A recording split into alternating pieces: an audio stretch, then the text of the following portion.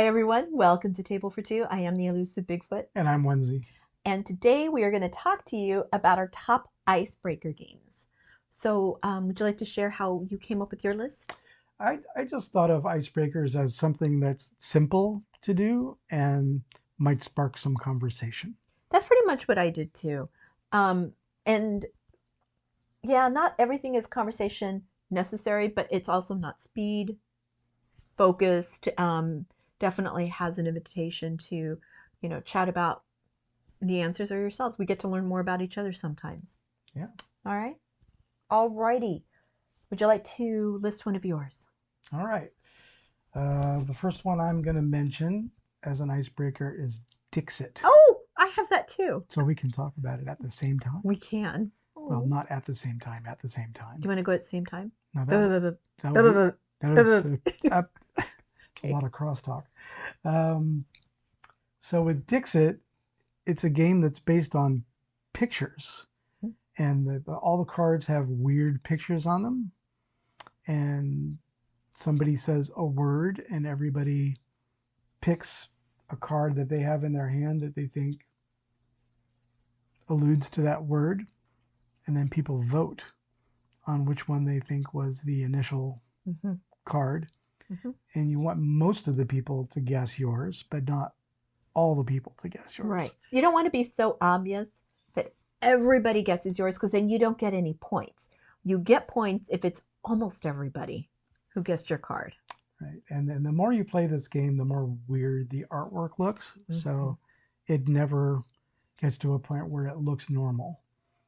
No. There's always something new and weird to see in the cards. There was a picture that I thought was supposed to be a clam, I think in a forest or something. They're like, that's a bassinet. Oh, is it really? Okay, that's weird. I don't know why there would be a bassinet in the forest. So it's kind of like that. Some of it's a little dark, some is just a little odd, but it's great. Yeah, so dixit. Okay. The next one that I picked was Word on the Street. So Word on the Street is an amazing game where it's like a tug of war with letters. And so your team comes up with a word and then you spell it out. It's got all the I think almost all the consonants, not all of them. And you just start pulling all the letters towards yourself that are in that word.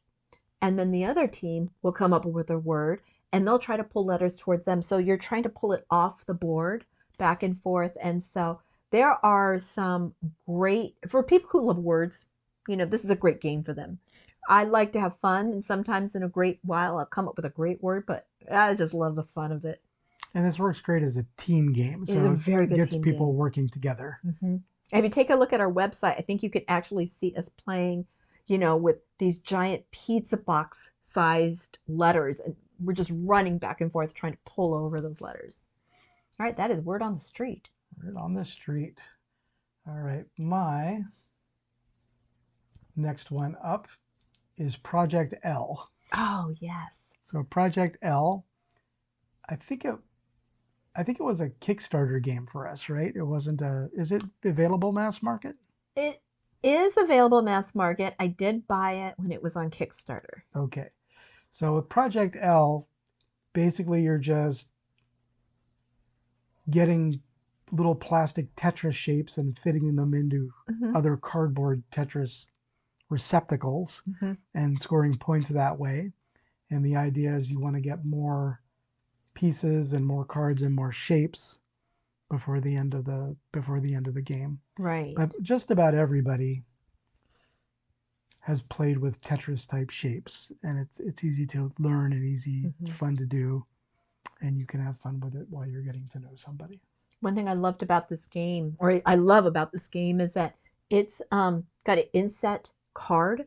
So maybe your card shape is going to look like a large L, a thick large L. And then you want to fit all your shapes, your plastic pieces into that. And so it just, all the components just felt so sturdy and just so nice. Really appreciated that. All right, my next game is soclover. So it is a word game that is easily broken into teams where you're trying, one person will put these different cards onto a thing that looks like a four-leaf clover, and you're trying to figure out this half of this petal and this half of this petal that are at 90 degrees, what is the word that would connect them?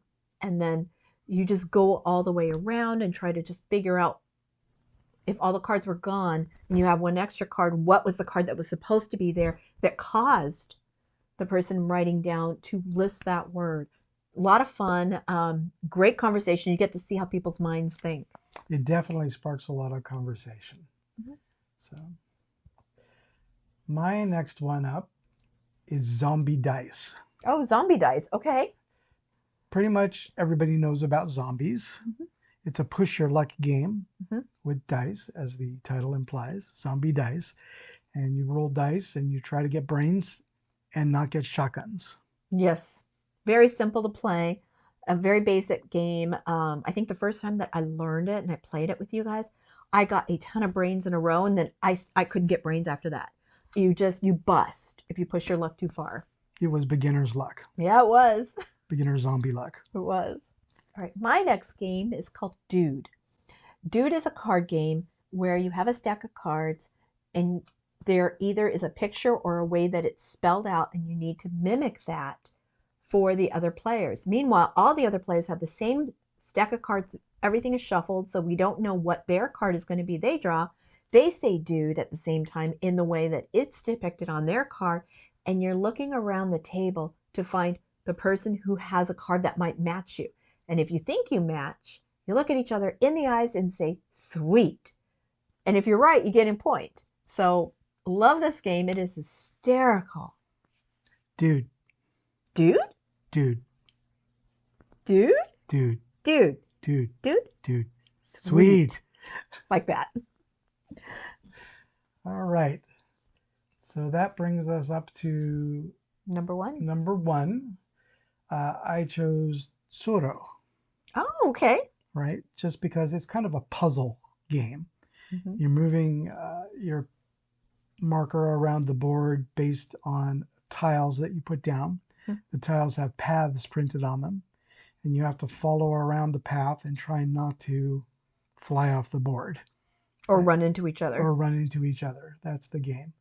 And so there's a little bit of discussion about don't put it there, you'll run off the board. Don't put it here, you'll run into me. Mm-hmm. You could do this, you could do that.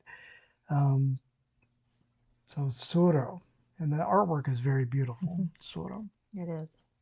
All right, my last one, my number one game I put is The Game of Things. Oh, that's a good one. So what it is someone has a card and they read the question, and maybe the question is things you keep in a car.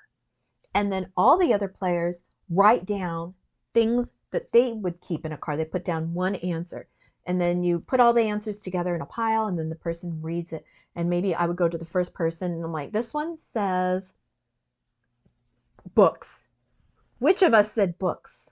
And it just starts to spark interesting conversation. Like, you keep books in your car? Oh, wow.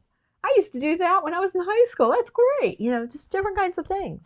Game of Things is a good one. It is. And they have different expansions, different ways of doing it. So, okay, those were our top games, top 5 games for icebreakers, where conversation is, and it's very easy to play. So, if you have anything you want us to take a look at, please let us know in the comments. We'd love to take a look at other games as well and see what we can play. We always love playing new games. We do. Until next time, I'm Onezie. And I'm the Elusive Bigfoot.